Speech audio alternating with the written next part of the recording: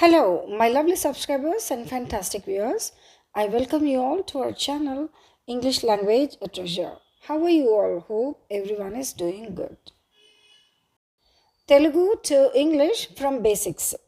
ఈ న్యూ సిరీస్లో ఈ చిన్న చిన్న వాక్యాలను ఇంగ్లీష్లోకి ట్రాన్స్లేట్ చేద్దాము. ఎందుకంటే చిన్న చిన్నగా కొద్దిగా నేర్చుకుంటే ఈజీగా ఇంగ్లీష్ నేర్చుకోవడానికి వీలవుతుంది. Okay, let's get started.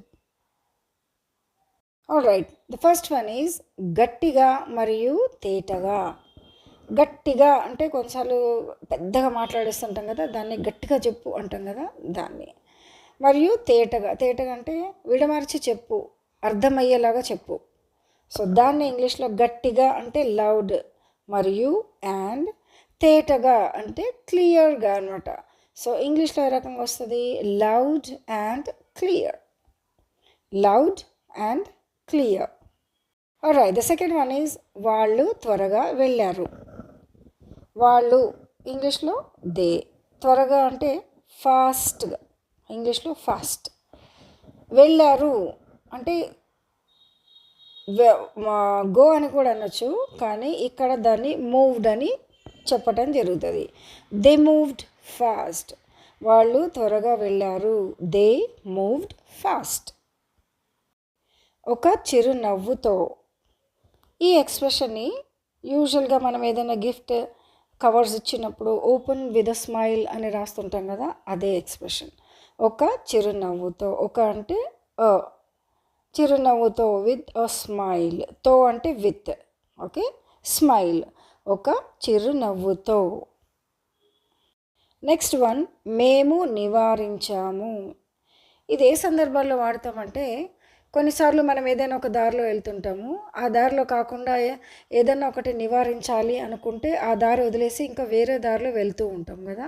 ఎందుకంటే అక్కడ ఏదో ఉంటుంది, ఎవరినో కలవద్దనో లేకుంటే ఏదన్నా చూడొద్దనో ఏదన్నా ఉంటుంది. సో దాన్ని అట్లా చెయ్యొద్దు అనుకున్నప్పుడు నివారించేస్తాం. నివారించడం. ఓకే, నివారించి వేరే దారిలో వెళ్తూ ఉంటాం. సో మేము నివారించాము. దాన్నే ఇంగ్లీష్లో వి అవాయిడెడ్ అని అంటాం. బాగా వర్షం వస్తుంది అనుకోండి, చాలా తీవ్రంగా, దాన్ని మనం ఏమంటాం తెలుగులో? వర్షం భారీగా కురుస్తుంది, లేకపోతే వర్షం భారీగా కురిసింది అంటాము, లేకపోతే కుండపోత వర్షం కురిసింది అంటాము. రైట్, దాన్నే ఇంగ్లీష్లో ఇట్ రెయిన్డ్ హెవీలీ అని కూడా అనొచ్చు. లేకపోతే ఇంకొకటి వర్షన్ ఏంటంటే it rained cats and dogs అనొచ్చు. It rained cats and dogs. Okay, అయితే ఇక్కడ ఇట్ అనే పదానికి ట్రాన్స్లేషన్ ఏంటి? ఇట్ అంటే మామూలుగా చాలా సందర్భాల్లో ఉపయోగిస్తాము. అది అన్నప్పుడు, ఇది అన్నప్పుడు ఇట్ అని ఉపయోగిస్తాము. అయితే ఇక్కడ రెయిన్ అది ఇది కాదు, కానీ కొన్నిసార్లు కొన్ని సెంటెన్సెస్ని కంప్లీట్గా చెప్పాలి అంటే దానికి ఒక సపోర్ట్ అవసరం, ఒక డమ్మీ వర్డ్ అవసరము. సో ఈ ఇట్ అనే వర్డ్ని ఒక డమ్మీ వర్డ్గా కూడా ఉపయోగిస్తాము. It rained cats and dogs or it rained heavily. అంటే తెలుగులో కూడా మనం అంటుంటాం కదా సాధారణంగా, అది వర్షం బాగా కురిసింది, కుండపోత కురిసింది అంటుంటాం కదా, అది వర్షం బాగా కురిసింది అని. సో ఆ ఎక్స్ప్రెషన్లో ఇట్ను ఉపయోగించి it rained heavily or it rained cats and dogs అని చెప్పడం జరుగుతుంది. ఆమె ఒక పాట పాడింది. కొన్నిసార్లు బాగా పాడే వాళ్ళను అడుగుతూ ఉంటాం కదా, రిక్వెస్ట్ చేస్తాం కదా, ఒక పాట పాడు అని. అప్పుడు ఆమె ఒక పాట పాడింది. ఆమె ఒక పాట పాడింది. ఆమె అంటే షీ, ఒక పాట అంటే అ సాంగ్, పాడింది అంటే సాంగ్. అదే ఇంగ్లీష్ ఎక్స్ప్రెషన్ అయితే ఆమె పాడింది ఒక పాట అంటే she song a song. So ఇంగ్లీష్లో ఎట్లా వస్తుంది? She song a song. Next one is అతడు ఈల వేశాడు. అయితే దీన్ని అతడు, హీ, ఈల అంటే ద విసిల్, వేశాడు అంటే ఇక్కడ మనము బ్లూ అని చెప్పాలి. ఎందుకంటే ఈల వేయటం అంటే ఆ యొక్క యాక్షన్ ఎట్లా ఉంటుందంటే లిప్స్ మధ్యలో ఉండి వచ్చే ఎయిర్ గ్యాప్ని బ్లో అప్ అంటాము. బ్లూ BLEW బ్లూ అంటే పాస్ట్ టెన్స్. BLOW బ్లో అంటే ఊదటం, యాక్చువల్లీ ఊదటం. ఇప్పుడు మనం బలూన్స్ కూడా ఊదుతుంటాం కదా, బలూన్స్ని కూడా ఏమంటాము, యూ బ్లో ద బలూన్స్ అంటాము. లేకపోతే హీ బ్లూ ద బలూన్స్ అంటే ఆయన బలూన్స్ అన్నీ ఊది పెట్టాడు అంటే దాంట్లో గాలి నింపి పెట్టడం, that is called blowing. So when you release an air from your lips, that is called blue. Okay, blue. So అతడు ఈల వేశాడు, దాన్నే ఇంగ్లీష్లో హీ బ్లూ ద విసిల్ అని చెప్పటం జరుగుతుంది. ద నెక్స్ట్ వన్ ఈజ్ మేము బస్సుని ఆపాము. మేము బస్ని ఆపాము. మేము అంటే వి, బస్సుని, ఇది తెలుగు వర్జన్, తెలుగు ప్యాటర్న్. మేము వి, బస్సుని అంటే ద బస్, ఆపాము అంటే స్టాప్డ్. అదే ఇంగ్లీష్ ప్యాటర్న్ అయితే మేము ఆపాము బస్సుని, మేము ఆపాము బస్సుని. అది ఇంగ్లీష్లో ఏ రకంగా వస్తుంది, we stopped the bus. We అంటే మేము, ఆపాము స్టాప్డ్, బస్సుని ద బస్. నీ అంటే ద బస్ అని చెప్పాలి, బస్సుని ఆపాము. ఓకే, సో ఇంగ్లీష్లో we stopped the bus. Right, the next one is ఒక దొంగ ఆమె బ్యాగ్ని దొంగిలించాడు. ఒక దొంగ ఆమె బ్యాగ్ని దొంగిలించాడు. సో దీన్ని తెలుగు ప్యాటర్న్లో ఏ రకంగా వస్తుంది, ఒక దొంగ ఆమె బ్యాగ్ని దొంగిలించాడు అనేది కరెక్ట్. అదే ఇంగ్లీష్లో ట్రాన్స్లేట్ చేస్తే ఒక దొంగ, అ థీఫ్, ఆమె, హర్, బ్యాగ్ దొంగిలించాడు, స్టోల్. అయితే ఇక్కడ ఆమె అనే ప్రొనౌన్కి షీ రావాలి కదా, హర్ ఎందుకు వచ్చింది? హర్ ఎందుకు వచ్చింది అంటే ఈ సెంటెన్స్లో మనం మాట్లాడేది ఆమె గురించి కాదు కానీ ఆమె బ్యాగ్ గురించి. అంటే ఈ బ్యాగ్ ఆమెకి చెందుతుంది అన్నప్పుడు హర్ బ్యాగ్ అని చెప్పటం జరుగుతుంది. కాబట్టి ఇక్కడ ఆమెని ట్రాన్స్లేషన్లో హర్ అని చేయడం జరిగింది.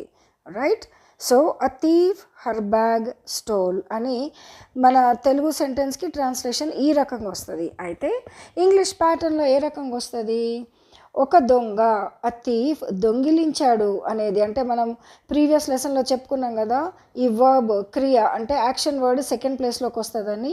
ఒక దొంగ దొంగిలించాడు అంటే స్టోల్, ఆమె బ్యాగ్ని, ఆమె అంటే హర్, బ్యాగ్ని అంటే బ్యాగ్, ఆమె యొక్క బ్యాగ్ అనమాట. అందుకని హర్ బ్యాగ్ అని ట్రాన్స్లేషన్ చేయడం జరిగింది.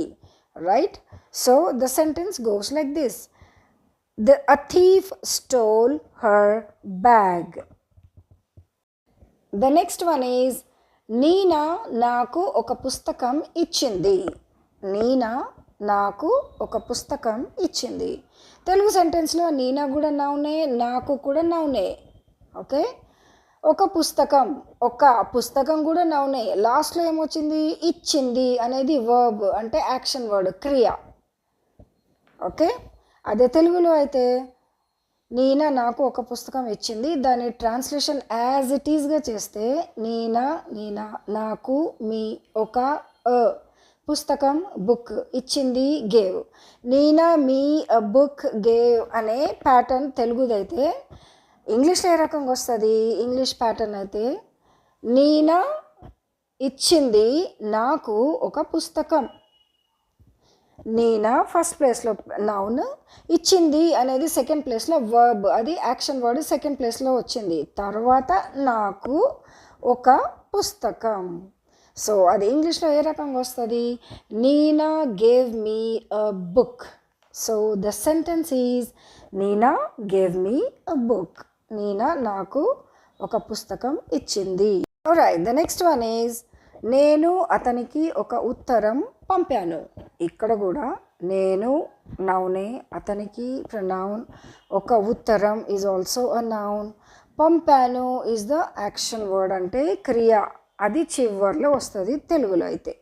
రైట్, నేను అతనికి ఒక ఉత్తరం పంపాను, అది మన భాషలో. సో ట్రాన్స్లేషన్ ఎట్లా వస్తుంది, నేను ఐ, అతనికి హిమ్, ఒక ఏ ఉత్తరం లెటర్, పంపాను సెంట్. ఇక్కడ కూడా అతనికి అంటే హిమ్ అనే వచ్చింది, ఎందుకంటే నేను పంపాను అతనికి కాబట్టి హీ అనకూడదు. I sent he a letter అనకూడదు, తప్పు. I him a letter sent అనేది Telugu translation.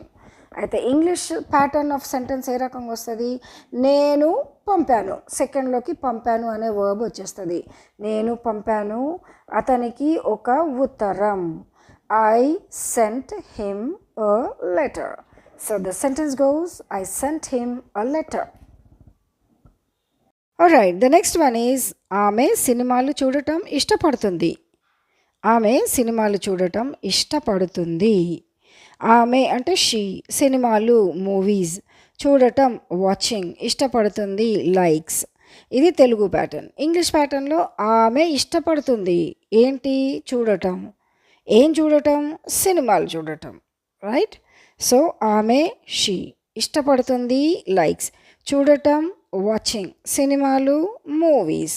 So the English sentence goes like this: she likes watching movies. Simple English కదా.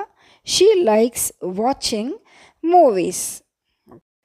So Telugu to English basics నేర్చుకోవడంలో ఈ చిన్న చిన్న వాక్యాలు ఈ రకంగా ట్రాన్స్లేషన్ పద్ధతిలో నేర్చుకుంటే ఇంగ్లీష్ క్విక్గా ఈజీగా నేర్చుకోవటానికి వీలు పడుతుంది. ఇవి స్మాల్ సెంటెన్సెస్, ఈజీ సెంటెన్సెస్, మనం ఎవ్రీడే యూజ్ చేసే సెంటెన్సెస్ కాబట్టి వీటిని ప్రాక్టీస్ చేస్తూ ఉంటే, డైలీ చదువుతూ ఉంటే, ప్రాక్టీస్ చేస్తుంటే ఖచ్చితంగా ఇంగ్లీష్ మాట్లాడడానికి వీలవుతుంది.